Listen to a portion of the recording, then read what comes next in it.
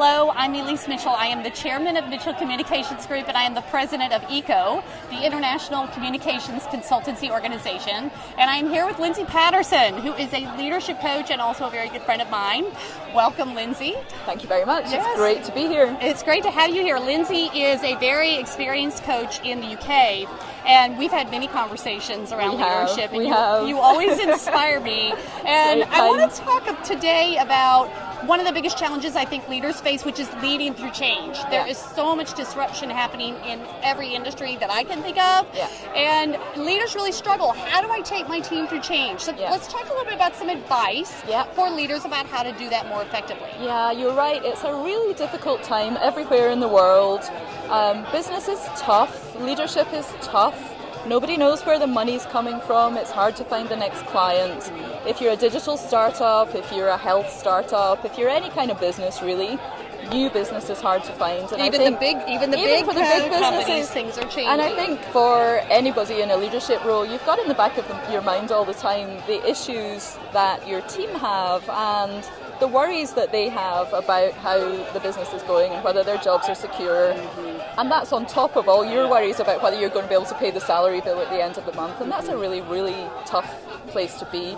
And I think it can be really, really lonely being a leader. And I think one of the things that happens as a result of that loneliness is that leaders sometimes display something which is not entirely well received by their teams. And I think their own fear often pushes them into positions where they're not really sending the right messages to their teams. When they're talking about change. When they're talking about change and when they're trying to leap through change, they're so focused on their own worries and their own concerns that they forget about the impact that that's potentially having on their teams. And the net result of that is that it's hard to implement change and it's hard to push change through. And I think leaders are in that position because of the fear they have, also because they often have no one that they can share those fears with, no one that they can talk to about those fears, and they've probably often not had any training of any sort in how to be a good leader. We're expected to just assume that by a process of osmosis. And actually osmosis is really tricky. And osmosis takes really a long time. And so, I think leaders, the big thing that leaders can do in times of really extreme change is to really be very self-aware about the impact that you're having and to really look at things from the perspective of the people that you're trying to lead. Think of what you would like to happen to you in a situation where your business is going through a lot of change and try to have that in the front of your mind. I think there's a big fear that you might be judged for not knowing everything. But nobody knows everything. Nobody has all the answers. Especially now. The change is happening so fast. Exactly. And I think the most successful leaders are the leaders who accept that they don't know everything and accept that their teams might actually have 90% of the answer if they were willing to trust their teams.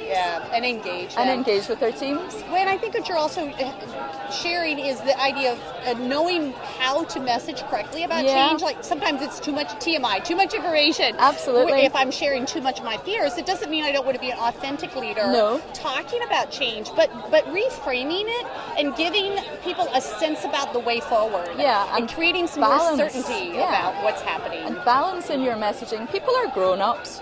People can accept that there's risk or there are some challenges ahead, but they don't want that to be the only message that you're passing on to them. Let me know there's a light at the end of the tunnel. Exactly, because if you're only passing on that message, what you're basically doing is upping the adrenaline levels in everyone who works for you. And I know that's a real interest of yours. You're really interested in neuroscience and the functioning of your brain. Well, and there's so much that we know now about the brain. Technology has helped us kind of see inside, kind of pull back the veil of mystery of what's going on in somebody's head. I'm very interested in the intersection of neuroscience and leadership, and particularly when it comes to change, is trying to think about how to help people move through change begins by managing emotions, because our brains are looking constantly around us to determine if something is a threat or a reward. And change is very often a threat. Not always, if we can think about it differently, but very often people perceive it as a threat because it's uncertain.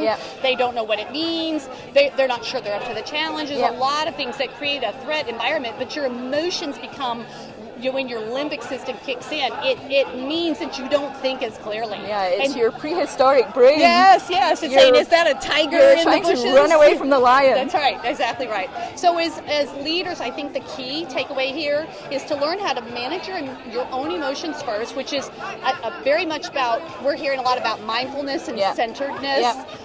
Is a very practical and good tool and exercise to help leaders step back from their own emotions and ramp them down, dampen the limbic system so that your prefrontal cortex has all the glucose and the oxygen and the fuel it needs to think clearly in the moment. Yeah, because otherwise you're primed to run away. Yeah. And all the blood literally leaves your brain and goes to your feet. That's right, exactly. So that you can run away from the lion. That's right. And that means that feeling that people have of brain scramble is a real and tangible physical symptom of stress.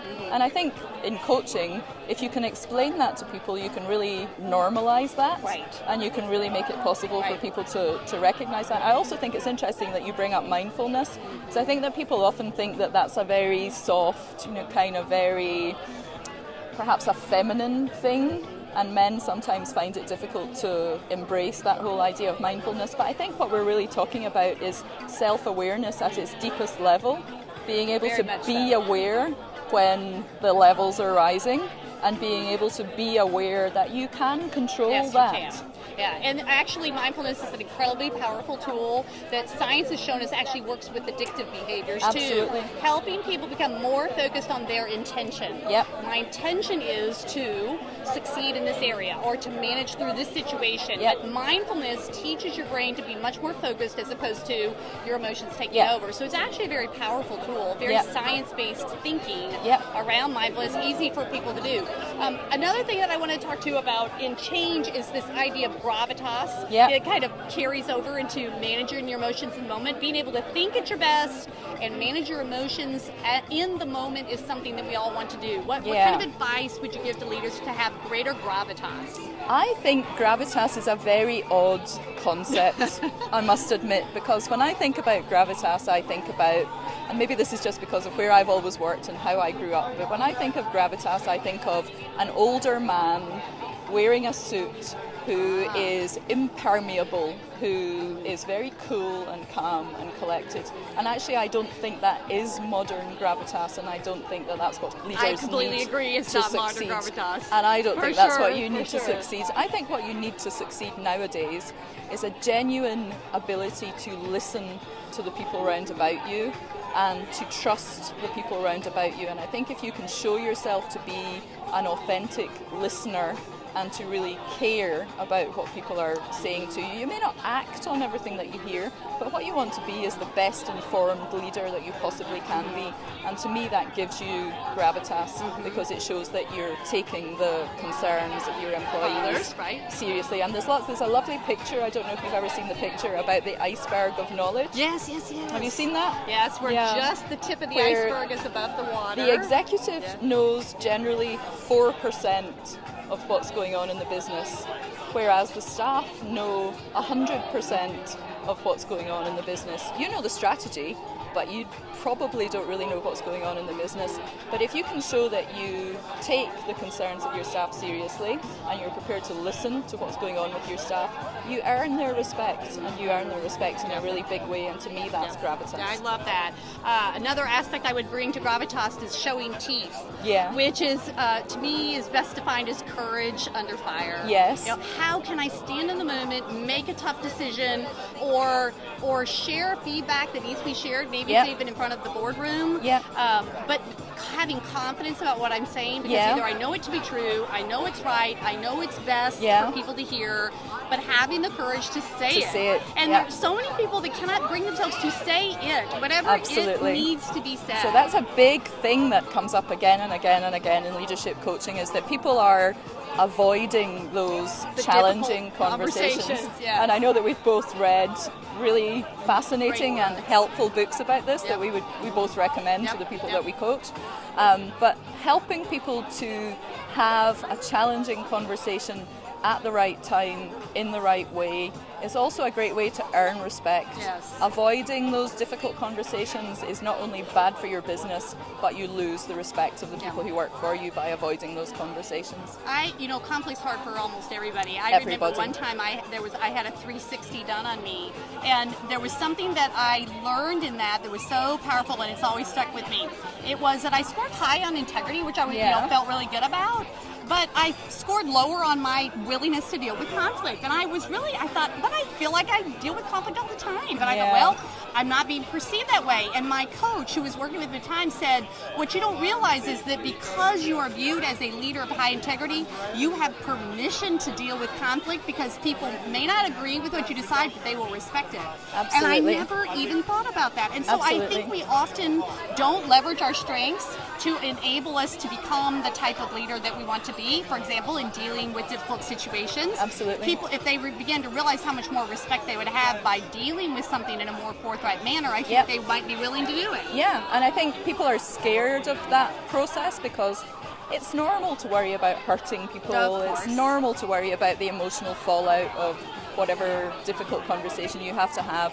But there are ways to have a challenging conversation where you stick to facts and you stick very clearly to facts. You give an example, you follow through, and you ask for feedback. Yeah. And then you decide what the outcome should be. But the person feels heard. And if you can use words like I feel, I see, rather than you did, you have, then what you tend to do is get into a situation where the person sometimes ends up being really happy that you've raised the issue and that you actually legitimately want to resolve it. And any conversation can be had in a respectful and what I call heartful way. Totally. Which people then feel that it's an authentic and sincere conversation, even if it is not the news that they want to hear. The last thing I wanted to cover is just one piece of advice. What's your best piece of advice for leaders who are trying to take their teams through change? What can they do to help their team accept that change is happening and be willing to move forward? I think it's about putting yourself in their shoes. I think my best piece of advice for a leader who's going through change is to do as you would be done by, because people are only humans in the end of the day. You're struggling with a challenging situation, but they're also struggling with a challenging situation. And in the vast majority of cases, I coach a lot of new leaders and middle managers who sometimes feel a bit at the mercy of the people above them. But what I'm always really struck by is the genuine goodwill of those smart people who really want to do the right thing for the business and want to do the right thing by the business, but often don't have the information that they need or the trust from you that they need to be able to implement whatever it is that you want to implement. And I think that by really thinking, what did you feel like when you were that middle manager having decisions imposed on you from above, and think about what you wanted and what you wanted to hear. And I think if you can give that, you will always produce great results. Yeah, empathy. And what is about you? powerful. What would your piece of advice be? Yes, thank you. Empathy is a powerful tool. I love your advice. I think what I would say most is to help your team powerfully envision their future and to see the opportunity in the midst of change. I sort of liken it to looking through a kaleidoscope, and you see all the different colors and the different pieces, and every time you turn the lens, it changes a little bit. But if you can help them see something beautiful, no matter how much it turns and how much it changes, I think is exciting, because then people are willing to go on that journey because they see the opportunity that is there, and they say, best leaders say, I want you to come help me build that future. Absolutely, and that's a lovely analogy. I love your kaleidoscope analogy. Good. Fabulous. Thank you for being with me today, Lindsay. Thank you. It's been fascinating. We always learn from each other, and that's always Very great. much so. Yeah. Thank you. Thank you. Take care. Bye-bye. Bye-bye.